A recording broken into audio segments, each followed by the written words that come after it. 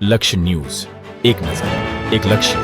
સમી તાલુકા પ્રમુખ રાઠોડ અનિલસિંહ પ્રતાપસિંહ, ગામ રાફુ મારું છે.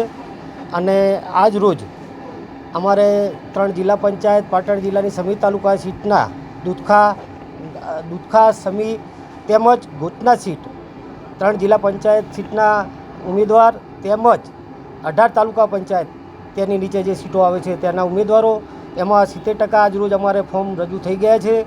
જેમાં અમે હજી પણ અમે 2-4 સીટોમાં જે ઘટતા ઉમેદવાર છે એ અમારે કાલ ભરવાના જ છે ફોર્મ.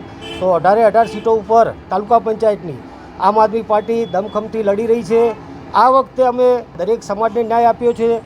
જ્યારે કોંગ્રેસ ભાજપ જાતિવાદને આધારિત એ લોકો ટિકિટ આપતા હોય છે, તો અમે એક પરિવર્તનનો લહેર જે પૂરા ગુજરાતમાં વિસાવદરવાળી જે થવા જઈ રહી છે, તો એનો લહેર પવન સમી તાલુકામાં પણ ચાલે જ છે.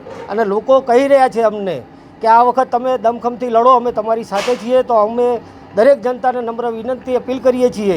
દરેક સમાજ ધર્મના લોકોને અમે ન્યાય આપ્યો છે. મુસ્લિમ સમાજને ટિકિટ આપી છે. દરેક સમાજને સાથે રાખીને અમે ચાલીએ છીએ. તો દરેક સમાજને નમ્ર અપીલ કરીએ છીએ કે આમ આદમી પાર્ટીના ઉમેદવારોને જંગી બહુમતીથી જીતાડો. અમે તમારા હર હંમેશ સાથે રહીને તમારા જે પણ કામો હશે અમે કરીશું. તમારો ચૂંટણીને લડ્યા વિકાસના કામોનો કયો મુદ્દો હશે તમારો? અમારે લોકોના જનતાને તકલીફ પડતા કામો, જેમ કે અત્યારે પાણીની જે બહુ તકલીફ હોય છે, આપણે ટાઈમસર પાણી આવતા નથી. છેવાડાના ગામોમાં જે માઇનર કેનાલોમાં પ્રોબ્લેમ રહે જ છે કાયમ. 30 વર્ષથી કોઈ દિવસ છેવાડાના ગામોને પાણી મળ્યા જ નથી. જ્યારે ભાજપવાળા બણગા ઠોકે છે કે અમે પાણી આપીએ છીએ, તો એ વાત તદ્દન ખોટી છે. તો ખેડૂતો જે હાલાત છે એ લોકોને ખ્યાલ જ છે, એટલે મારે વધારે કાંઈ એ બાબતે કહેવાનું છે નહીં. છતાંય હું કહીશ કે ભાઈ આ બધું તમે ધ્યાન રાખજો, ભૂલતા નહીં. મતદાનની તારીખે બધું યાદ કરીને મતદાન કરજો. બરાબર, અમે તમને કોઈ પણ તકલીફ નહીં રહેવા દઈએ. તમારે કાંઈ લાઇટ પ્રોબ્લેમ હશે એ પણ અમે તમારા માટે લડીશું અને તમારી સાથે છીએ જનતાની.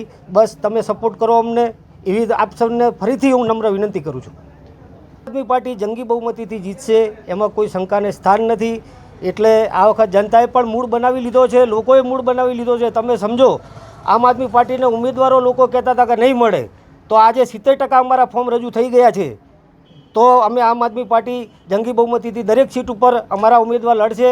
એટલે કોઈ એવું વિચારે નહીં કે આમ આદમી પાર્ટી ના કોઈ ઉમેદવાર બેસી જશે કે અફવાઓ ખૂબ થશે.